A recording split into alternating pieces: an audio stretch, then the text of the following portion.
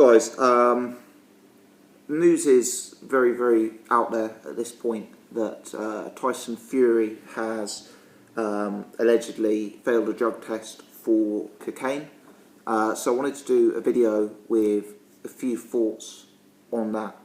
Now, one or two people have left comments on my videos, and I'm not saying this to anyone in particular because there was a few comments, seemingly under the impression that I was somehow ducking the subject and that I was unwilling to discuss the recent allegations due to my supposed allegiance to Tyson Fury and Team Fury. That's not the case. I do have a life outside of YouTube. I've got a full-time job. I was away yesterday doing some non-boxing related things. So it's not that I am scared to discuss the issue or anything like that. It's more just that other things sometimes take priority. And also when there's live fights going on, Cleverly Bramer, Parker, etc., sometimes I'm inclined to give priority in terms of what I record first to fights that are on in front of us at that moment than news stories that I'm perhaps already a day or so late to. But anyway, I finally got round to it, and here we are. I think when digesting this news, there are two ways of taking it. You could take what I would call the liberal approach. So the liberal approach would be Tyson Fury has mental health issues, as referred to by his trainer Peter Fury, and this drug taking, this use of cocaine, can be excused by that. You know, clearly he's a guy with certain instability, he's a guy with certain health problems, and as such he cannot be judged by the same standards as perhaps you or I if we were to be taking some sort of drug or something of that nature. So that's be what I would call the liberal approach. You could also take what I would maybe call, for the purposes of this video, the sceptical approach, which would be that Tyson Fury failed this drug test perhaps a little while ago, and that was actually the reason that he withdrew from the Klitschko fight, and that is actually the reason that his team have been very vocal about mental health issues, so as to explain this news, so as to potentially lay the ground for getting a lesser punishment because it could be blamed on the mental health issues, and potentially that's why they've pulled out of the fight, is because they knew that this was going to come out all the time.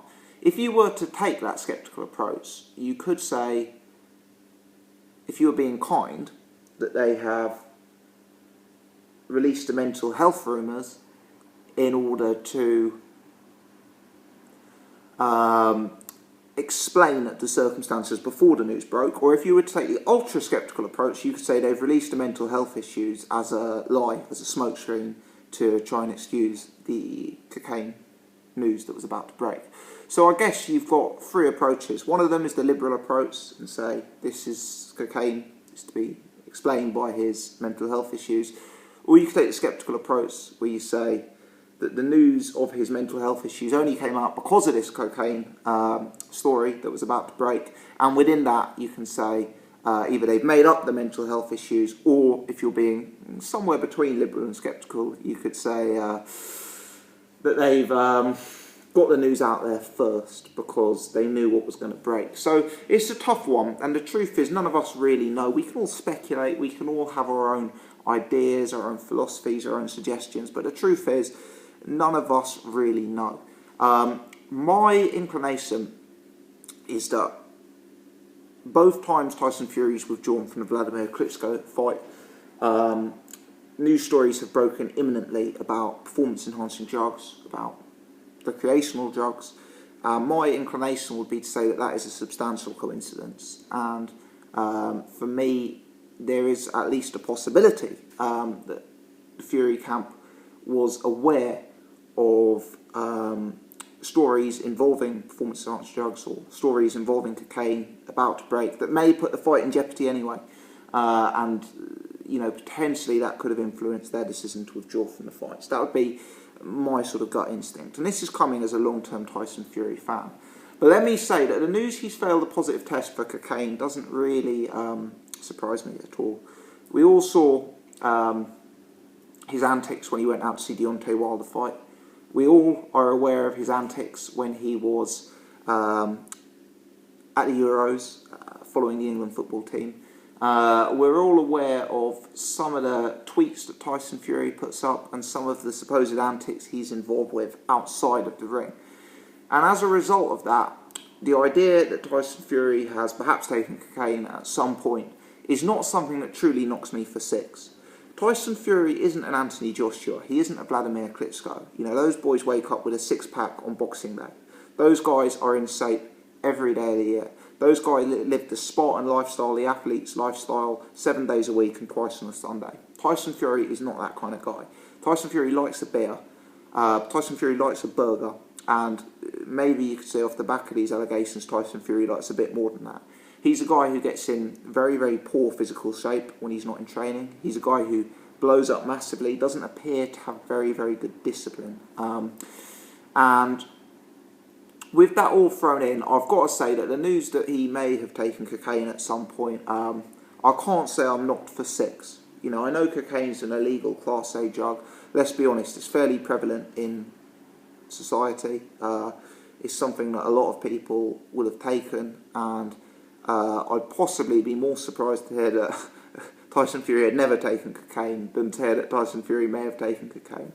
From a boxing perspective, I'm going to take morals, religion, etc. out of this. From a boxing perspective, I actually care less if the guy's taking cocaine. You know, I'm not an expert on recreational drugs. I'm sure there'll be certain people watching this video who know more about it than I do. I am not aware that snorting a load of coke gives you the ability to become world heavyweight champion. You know, I'm not aware that that is one of the side effects, that it will improve your performance. I actually think that from a pure boxing perspective, it would be far more serious to have a steroid allegation like we've had in the past, for example, as opposed to this cocaine allegation. You know, I don't really care what someone does in their spare time, as long as it's not hurting anyone. Now, if someone's taking a load of steroids to increase their power, increase their stamina, increase their muscle mass, and then they're going to punch someone in the face, that could potentially be hugely detrimental to the health of their opponent. So I would view that as an extremely negative thing to do that the sports would look to really blot out. Now, the fact that someone's taken cocaine, or allegedly taken cocaine, as long as there's not some advantage that the use of cocaine gives you that I'm certainly not aware of sitting here on my sofa, it matters less to me. Clearly, it's an illegal drug. Clearly, it's got certain negative health repercussions. That means that it is illegal. I mean that, you know, you're not technically allowed to take it. But for me, whether that's got a strict link to boxing, I think is debatable. I'm not sure what happens from here. I'm not sure if he, is banned. I'm not sure if he's stripped of his belts. I mean, it seems to be heading in the direction that he's going to be stripped. There seems to be a lot of rumours circulating that he's going to be stripped. But I've got to say I've got limited sympathy.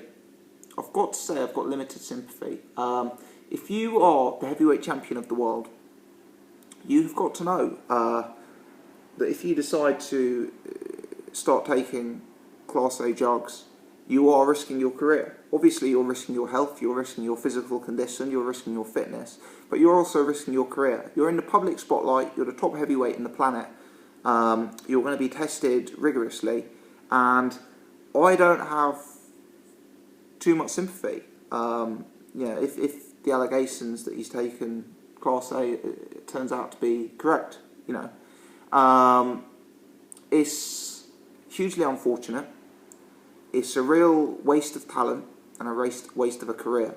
You know, if Tyson Fury retired now, he would not go down as a great heavyweight. He would not go down as a world beater. But immediately after his time beating Vladimir Klitschko, I thought that he had the potential to build a real legacy. I thought if he came out and beat Vladimir Klitschko in a quick rematch and then went out and took out Anthony Joshua, took out David Haye, took out Deontay Wilder, By 2017, we'd be looking at a Hall of Fame resume. By 2018, we could be talking about someone, with a resume to make an argument that he'd be in the top 10 heavyweights of all time. I think the era at present, I know people say the heavyweight era is weak, but if he'd beat an undefeated Wilder, if he'd beat an undefeated Joshua, beat Klitschko in a rematch, beat David Haye, if he'd gone out and done that, I really think people would be having him in those conversations. And it's a huge waste of talent. It's a huge, huge shame. And it's not just these allegations, it's the fact that he blows up so much out of the ring. It's the fact that he's now had to pull out for multiple fights. It's the fact that he's been so inactive. It's all adding into one. These little ingredients are going into the pot, and together they're ruining a career and ruining a legacy. And as a long-term supporter of Tyson Fury, it's real frustrating. So I guess what I'm saying is, in brief, is I don't have too much sympathy about these cocaine allegations. Personally, I'm sceptical about the pullouts from the fights. Obviously, I don't know, but my gut instinct is to be sceptical on this, and I think it's a waste of a career. But one thing I do think we should get into context here is that, taking cocaine is not as bad, logically to me, as taking a steroid. This should be less of a story than if it's proven he was on steroids, because if he's going home and taking a load of coke, that's not necessarily giving him a professional advantage. That's not necessarily endangering the health of his opponents. So I see the steroids as more of a story, personally. We know there's been previous allegations of that as well, which I believe is going to be dealt with in a hearing in November. So we shall see how it all pans out. But that's my thoughts on it in brief. Sceptical, disappointed, frustrated, limited sympathy, but possibly not quite understanding the hype around the cocaine. I know it's a celebrity story, but is it actually a legitimate boxing story that he's taken cocaine? I'm not sure. Let me know your thoughts, people. Leave your comments in the section below. If you've enjoyed this video, hit the thumbs up button. If you're new to the channel, do take the time to subscribe. Many thanks for watching.